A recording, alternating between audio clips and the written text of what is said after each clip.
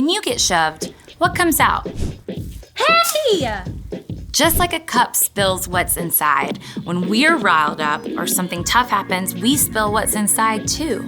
I can't believe this! Yeah? I don't like you either. This is taking so long. But under pressure, the good stuff can come out too. Okay, that really hurt, but I'm not gonna stay mad. Hey, let me give you a hand with that. I wonder why he said that. It would be great if you could just flip a switch and suddenly only wise, kind things come out when someone irritates you or makes you mad. But it doesn't usually work that way. Instead, the more time you spend with Jesus, reading and listening and praying, the more you become like Jesus on the inside. You start to become more loving, joyful, peaceful, patient, kind, good, faithful, and gentle. And over time, when something makes you mad, hey! Could you play with that somewhere else, please? You can start to respond to others with forgiveness, to show care and concern. You can start to love others like Jesus. Then God can work through you to change the world around you. That's why loving like Jesus is an amazing way to worship God with your life. It's a way to praise Him with all of your heart. Because worship is about more than just singing loud. It's all about living loud.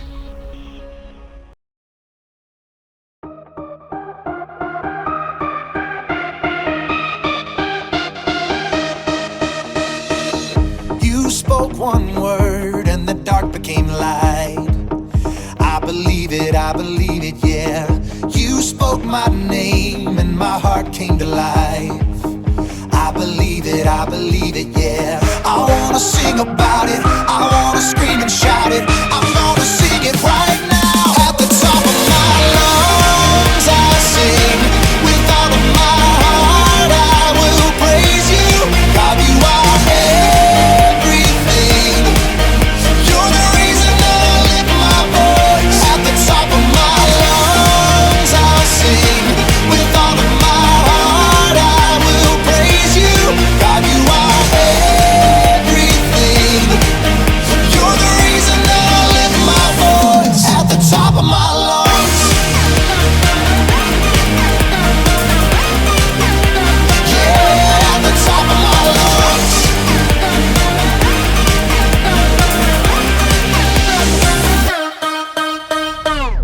You're all I need every day of my life. I believe it, yeah. You're all I need, always here by my side. I believe it, yeah. I wanna sing about it, I wanna scream and shout it. I wanna sing it right now. At the top of my lungs I'll sing, with all of my heart I will praise you. God, you are everything.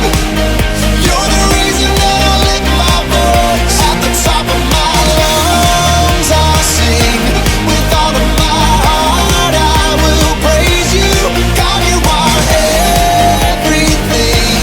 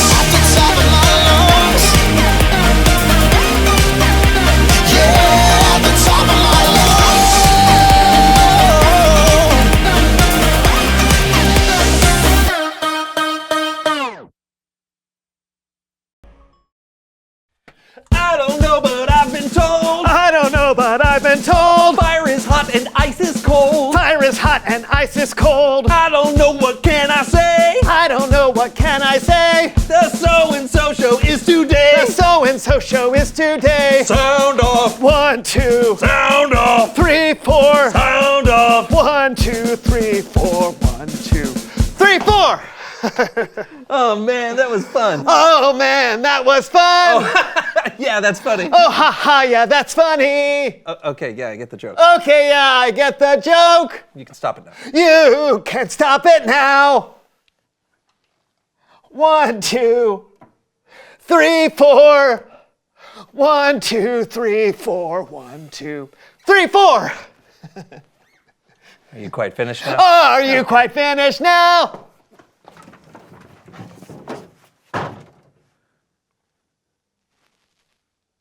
John just left and slammed the door.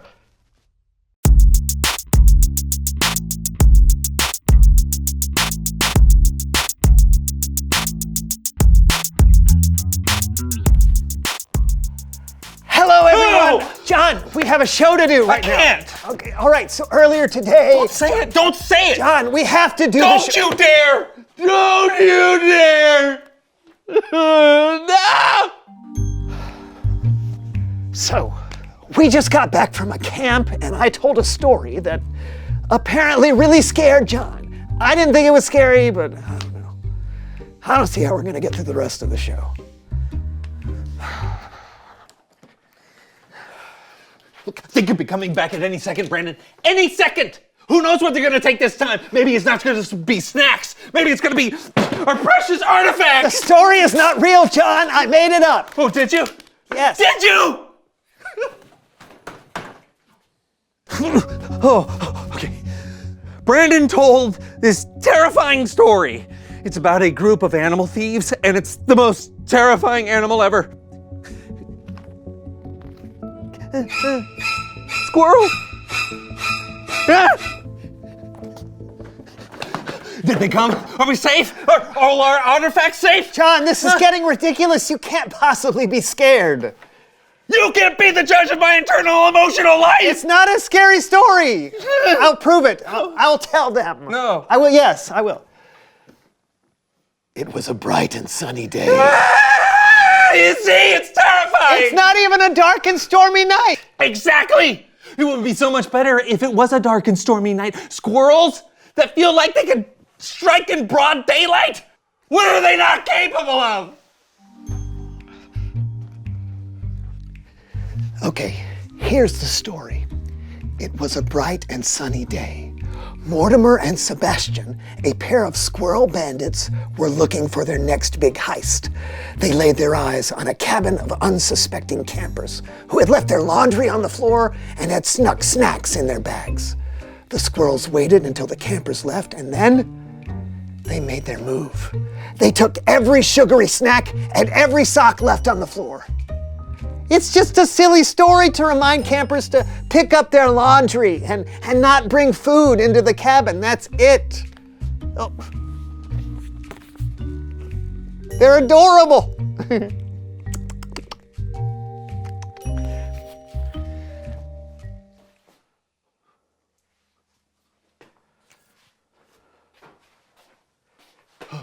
What is going on now? Shh!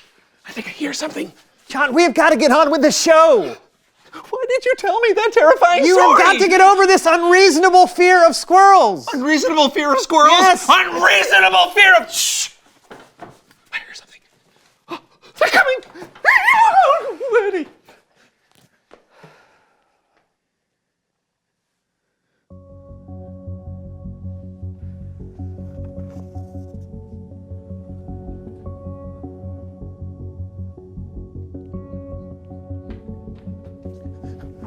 Okay, the thing about squirrels is they can be anywhere. Anywhere, I tell you. There could be one right there. There could be one right...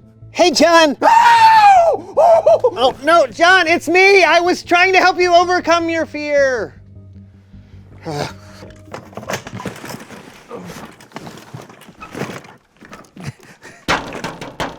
Hey, John, can you let me in, please? No, not yet. They're coming. The bandits are coming. No, John. No, It was me. no, don't worry. Everything is safe.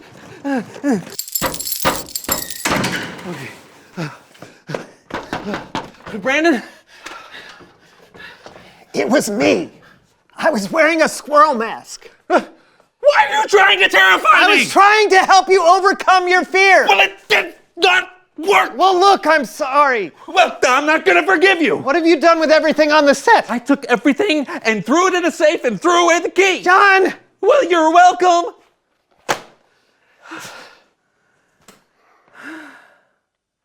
So, It's Bible story time with Kellen.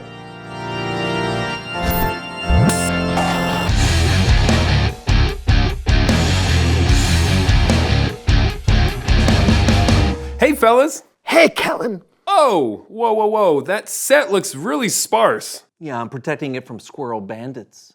Squirrel bandits? Squirrels are terrifying. I'm sorry. No, you're not! Why don't I tell today's Bible story? Does it involve squirrels? No. Then take it away. Okay. Our Bible story today comes from the book of John. Now, John wrote about Jesus and one of Jesus' disciples named Peter. But before we get into our story, I want to read a verse that comes from the book of Colossians, chapter 3, verse 13. Put up with one another. Forgive one another if you're holding something against someone. Forgive just as the Lord forgave you. So it sounds like forgiveness is a really important thing. But if you've ever been hurt or angry at someone for something they've done, you know that forgiveness can be a really hard thing to do. I think that's one of the reasons Jesus showed us how to forgive when he was here. And we'll hear about that forgiveness firsthand as we go behind the Bible. All right, then let's go.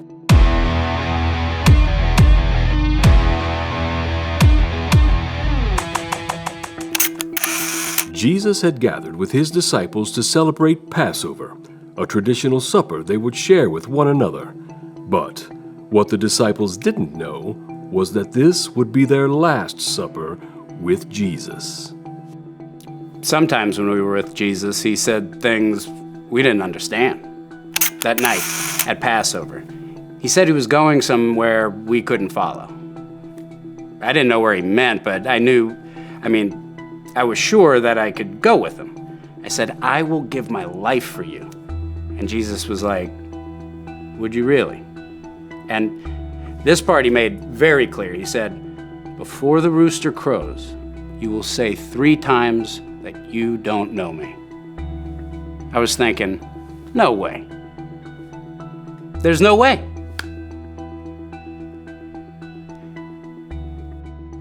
When Jesus told Peter that Peter would deny knowing him, I'm sure Peter had a hard time believing it. Because in his mind, he would never hurt his friend and teacher like that. And that's true for a lot of us. We don't plan in advance to hurt people that we care about. But sometimes, when we get caught up in the moment, we do and we say things that we wish we could take back. And that's what happened to Peter. After dinner, Jesus was betrayed by his disciple Judas, and he was placed under arrest. Many of Jesus' disciples ran away, but Peter and another disciple followed after the soldiers into the courtyard of the high priest, where Jesus was being questioned. We were in the courtyard. It was cold, and I remember there was a fire. Jesus was with the high priest, and me and Peter were just trying to lay low. After what had just happened, we were scared. Someone asked Peter if he was Jesus' disciple, and he said no.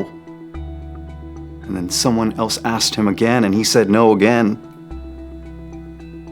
We all heard at supper what Jesus said. That Peter would say he didn't know Jesus 3 times before the rooster crowed. And then it happened. A third person asked Peter if he knew Jesus, and he said no. And then The rooster crowed. Many of you know what happened next in the story. Jesus was sentenced to death and died on a cross. But then, 3 days later, Jesus came back from the dead. His disciples were amazed. But Peter still remembered the 3 times he had denied knowing Jesus. Some time later, Peter and some other disciples were out on a boat fishing when they saw a man standing on the distant shore. We'd been fishing all night and hadn't caught anything. And we see this guy on the shore and he's like, "Friends, don't you have any fish?" We're like, "No." So he says, "Throw your nets on the other side." It sounded a little unusual, but we did it. And it worked. We caught so many fish, the net was so heavy. And that's when I knew who the person on the beach was. It was Jesus. When John told me it was Jesus, I jumped into the water and just swam to shore. I had to see Jesus.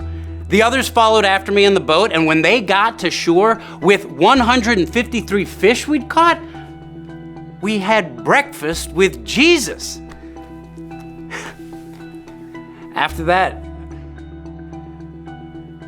Jesus took me aside from the others. I know Peter must have felt bad about what had happened, about denying Jesus. And when Jesus walked away with him, I wondered what they were talking about. I could tell from Peter's face Jesus was saying something important. So, Jesus asked me if I loved him, and I said, "Yes, you know I do." And then he said, "Feed my lambs." And then he asked me again if I loved him, and I said, "Yes, you know I love you." Jesus told me to take care of the sheep. Then one more time, Jesus asked, "Do you love me?" And I felt bad. I had denied knowing him 3 times. He asked me if I loved him 3 times. I said, "Lord, you know everything. You know I love you." And he said, "Feed my sheep." And I don't know if it came to me in the moment or if I realized later on, but when Jesus told me to take care of his sheep, he wasn't talking about actual sheep. He meant the people who followed him. He was telling me to take care of those people. And he trusted me to do that. That's how I knew he'd forgiven me. Soon after, Jesus would ascend to heaven, and Peter would lead the early church as they spread the good news about Jesus' love and forgiveness to the world. This has been Behind the Bible. Peter felt what it was like to be forgiven by Jesus. When Jesus died on the cross for the sins of the world, Jesus gave us the ultimate example of forgiveness. And if we want to live and love like Jesus, we should choose to forgive. Let's see that verse from Colossians one more time. Put up with one another. Forgive one another if you are holding something against someone. Forgive just as the Lord forgave you. Back to you guys. Wow. I mean, I can't believe Peter pretended not to know Jesus. Yeah, it must have been hard for Jesus to forgive Peter. Yeah. Why is it so hard to forgive? Oh, no. Hey, let's ask them. Reveal the question. Oh, what makes it hard to forgive? Ooh, you know what? Maybe you're worried you'll be hurt again if you forgive someone and it's easier to just stay mad. Yeah, it could be that you think if you forgive someone, it feels like saying what they did was okay. Oh, that's true. But just because you forgive someone doesn't mean that you approve of what they did. Yeah, you can forgive someone, but it sometimes means they have to earn your trust back, and that's okay. Well, you know, maybe you have a fear of a small animal that the general public considers cute and adorable, and your friend tells a story that maybe some people would think is funny, but it terrifies you, and he doesn't really listen, and it hurts you deep down, and when he apologizes, you're too hurt to forgive him. Yeah. I can see how that might be hard. Look, I really am sorry that I kept going with the squirrel stuff. Even after you told me you were afraid, I should have listened to you.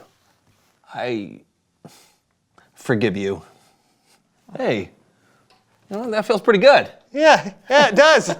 It feels good to forgive, and it feels good to be forgiven. Yeah, but it can be hard. Yeah, so talk about it with each other. What makes it hard to forgive? Yeah, we'll see you next time on the So and So Show. Hey, where did you put the key? Can you help me look for it? I like people who are nice. I like people who are nice. And I like baked potatoes twice. I like baked potatoes twice. Rolling chairs are made of wood. Rolling chairs are made of wood. I want food that tastes good. I want food that tastes good. I'm a silly dodo bird. I said, I'm a silly dodo bird. Now I guess it's over. Now I guess it's over.